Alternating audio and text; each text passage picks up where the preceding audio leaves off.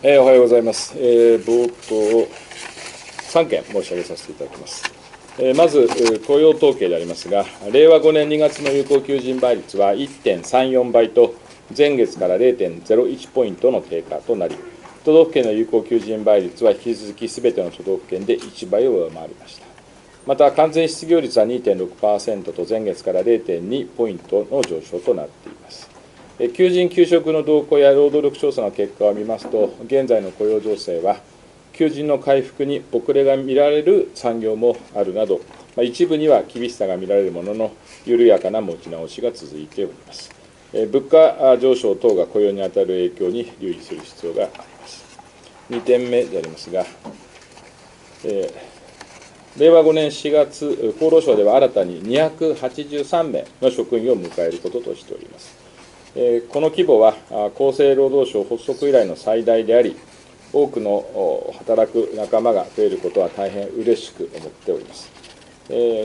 このうち女性は127名、その割合は政府目標の 30% を大きく上回る 44.8% となっております。新卒総合者事務系に限って申し上げますと、過半数が女性ということで、36名中19名が女性ということであります。また、この度新たな取り組みとして、総合職事務系担当相当の課長補佐級職員について、経験者採用を実施をいたしました。多くの皆さんからご応募いただいた結果、当初想定していた5名程度を上回る多彩なバックグラウンドを持つ9名の方が仲間として一緒に働いていただくこととなりました。多くの女性を含め、若い方々や多様な経験を持つ方々の力を得て、厚労省という組織を一層活性化するとともに、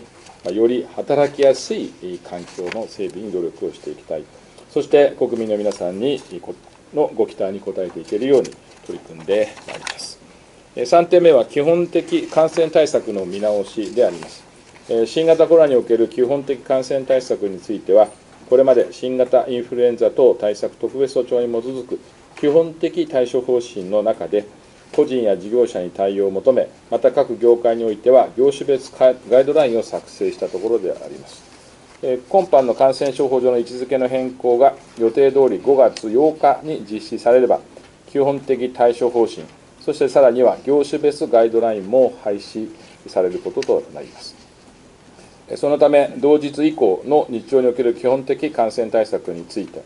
政府として一律に求めることはなくなり、マスク着用の取り扱いと同様、主体的な選択を尊重し、個人や事業者の判断に委ねること、これが基本となります。その上で、政府は感染症法に基づき、個人や事業者の判断に資するよう情報の提供を行っていきたいと考えております。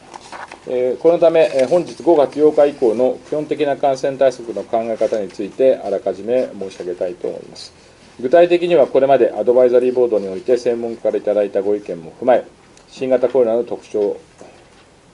踏まえた基本的感染対策として、引き続き手洗い等の手指衛生や換気が有効であることなどを示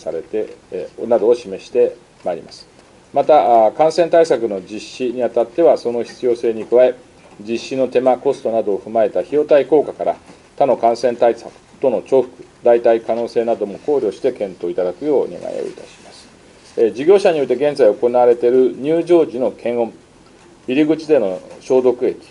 の設置、またパーテーションの設置などについては、政府として一律に求めることはいたしません。今回お示しする対策の効果や考え方を踏まえ、実施の要否について、それぞれでご判断をいただきたいと考えております。なお、トイレにおけるハンドドライヤーを使用できること、またビュッフェスタイルでの飲食物提供時には使い捨て手袋の着用を求めないことなどはすでに業種別ガイドラインの見直しのためのポイントとしてお示しをしているところでございますので、その考え方にも関係はあります。以上の内容について、お手元に概略お配りをさせていただいておりますけれども、本日、都道府県宛てに事務連絡を発出するとともに、内閣官房、コロナ室とも連携しつつ、関係省庁を連携し、各事業者に丁寧な周知を行っていきたいと考えております。引き続き5月8日以降も国民の皆さん、また事業者の皆さんが円滑に感染対策を進めながら、それぞれ経済社会活動を行っていただけるように、